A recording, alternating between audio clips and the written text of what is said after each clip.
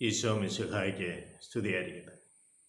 ഈശോ മിശിഹായി സ്നേഹിക്കപ്പെടുന്നവരെ, വിശുദ്ധ മത്തായി അറിയിച്ച സുവിശേഷം 25-ാം അധ്യായം 31 മുതലുള്ള തിരുവചന ഭാഗങ്ങൾ നാം വായിക്കുമ്പോൾ അന്ത്യവിധിയെക്കുറിച്ച് നമ്മൾ കാണുകയാണ്.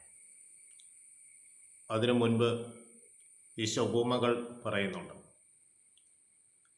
എന്നാൽ അവസാന ഭാഗത്തിലേക്ക് എടുക്കുമ്പോൾ അന്ത്യവിധിയെ അവിടുന്ന് സൂചിപ്പിക്കുകയാണ്. മനുഷ്യപുത്രൻ എല്ലാ ദൂതന്മാരോടും കൂടെ മഹത്വത്തിൽ എഴുന്നള്ളുമ്പോൾ തൻ്റെ മഹിമയുടെ സിംഹാസനത്തിൽ അവൻ ഉപവിഷ്ടനാകും. എല്ലാ ജനതകളെയും അവൻ്റെ മുമ്പിൽ ഒരുമിച്ച് കൂട്ടപ്പെടും. അവൻ അവരെ വേർതിരിക്കും. ഇടയന്മാർ ചെമ്മരിയാടുകളെ കോലാടിൽ നിന്ന് വേർതിരിക്കുന്നത് പോലെ ചെമ്മരിയാടുകളെ അവൻ്റെ വലതുഭാഗത്തും കോലാടുകളെ അവൻ്റെ ഇടതുഭാഗത്തും നിർത്തും. എന്നിട്ട് വലതുഭാഗത്തായിരിക്കുന്നവരോട് അവൻ ഇപ്രകാരം പറയും: എൻ്റെ പിതാവിനാൽ അനുഗ്രഹിക്കപ്പെട്ടവരെ, ലോകസ്ഥാപനത്തിനു മുമ്പ് തന്നെ നിങ്ങൾക്ക് സജ്ജമാക്കിയിരിക്കുന്ന രാജ്യം അവകാശപ്പെടുത്തുകയും. തുടർന്ന് അവൻ പറയുകയാണ്: എന്തെന്നാൽ ഞാൻ വിശക്കുന്നവനായിരുന്നു, നിങ്ങൾ എനിക്ക് ഭക്ഷണം തന്നു. എനിക്ക് ദാഹിച്ചു, നിങ്ങൾ എനിക്ക് ജലം തന്നു. ഞാൻ നഗ്നനായിരുന്നു, നിങ്ങൾ എന്നെ ഉടുപ്പിച്ചു. ഞാൻ പരദേശിയായിരുന്നു, നിങ്ങൾ എന്നെ സ്വീകരിച്ചു. ഞാൻ രോഗിയായിരുന്നു, നിങ്ങൾ എന്നെ സന്ദർശിച്ചു. ഞാൻ കാരാഗൃഹത്തിലായിരുന്നു, നിങ്ങൾ എൻ്റെ അടുക്കൽ വന്നു. അപ്പോൾ നീതിമാന്മാർ അവനോട് ഇപ്രകാരം ചോദിക്കും: നിന്നെ ദാഹിക്കുന്നവനായും വിശക്കുന്നവനായും വസ്ത്രമില്ലാത്തവനായും പരദേശിയായും രോഗിയായും കാരാഗൃഹത്തിലായിരിക്കുന്ന അവസ്ഥയിലും ഞങ്ങൾ എപ്പോൾ നിന്നെ കണ്ടു? അവൻ പറഞ്ഞു: നിങ്ങളിൽ ഈ ചെറിയ ഒരുവനിൽ നിങ്ങൾ ചെയ്തപ്പോഴെല്ലാം എനിക്ക് തന്നെയാണ് ചെയ്തത്.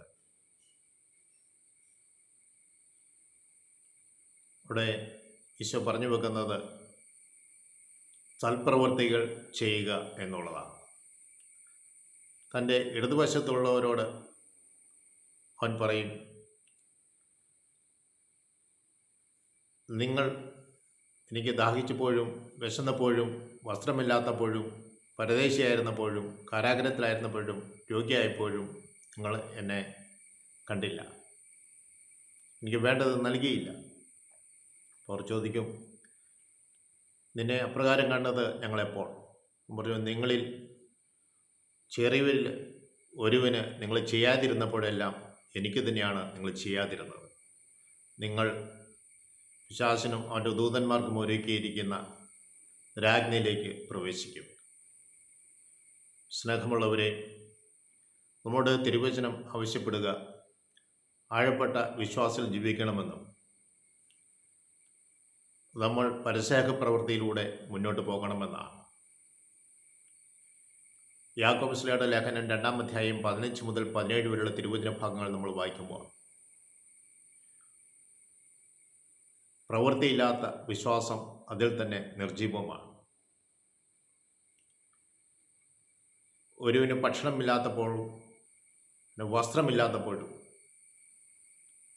അവൻ്റെ ശരീരത്തിന് ആവശ്യമുള്ളത് കൊടുക്കാതെ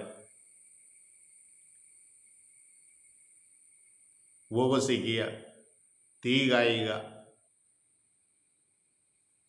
വിശപ്പിനെ ഒതുക്കുക എന്ന് പറഞ്ഞ് മാറ്റി നിർത്താൻ നിങ്ങൾക്ക് സാധിക്കും. ഇതല്ല ചെയ്യേണ്ടത്. ഒരുവന് ആഹാരവും വസ്ത്രവും ഇല്ലെങ്കിൽ അവൻ്റെ ശരീരത്തിന് ആവശ്യമുള്ളത് കൊടുക്കണം. അവനോട് സതുപദേശം മാത്രം കൊടുത്താൽ പോരാ. തീ കായുക, തൻ്റെ ഉദരത്തെ അടക്കുക, അല്ല വിശപ്പിനെ അടക്കുക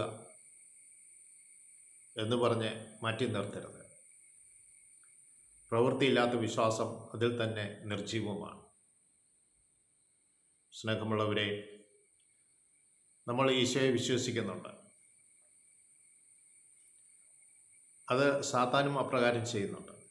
അവൻ ഈശോയെ വിശ്വസിക്കുന്നു, ഏക ദൈവമാണെന്ന് വിശ്വസിക്കുന്നു. അവൻ ദൈവത്തെ ഭയപ്പെടുകയും വിറയ്ക്കുകയും പോലും ചെയ്യുന്നു. എന്നാൽ ഈശോ നമ്മൾ കാണിച്ചു തരുന്നത് വിശ്വാസത്തിൽ ആഴപ്പെട്ട പ്രവൃത്തി ഉണ്ടാകണമെന്നാണ്. നമ്മുടെ ഹൃദയങ്ങളെ ദൈവസന്നിധിയിൽ നമുക്ക് ഉയർത്താം. കടുപ്പപ്പെട്ട ഹൃദയത്തെ മാംസമുള്ള ഹൃദയമാക്കി മാറ്റണമെന്ന് പ്രാർത്ഥിക്കാം. ഉപദ്രവം ചെയ്യാതെ നന്മ ചെയ്യാൻ വേണ്ടി ശ്രമിക്കാം. ഏകദൈവം നമ്മളെവരെയും അനുഗ്രഹിക്കട്ടെ എന്ന് പ്രാർത്ഥിക്കുന്നു. ആമേൻ.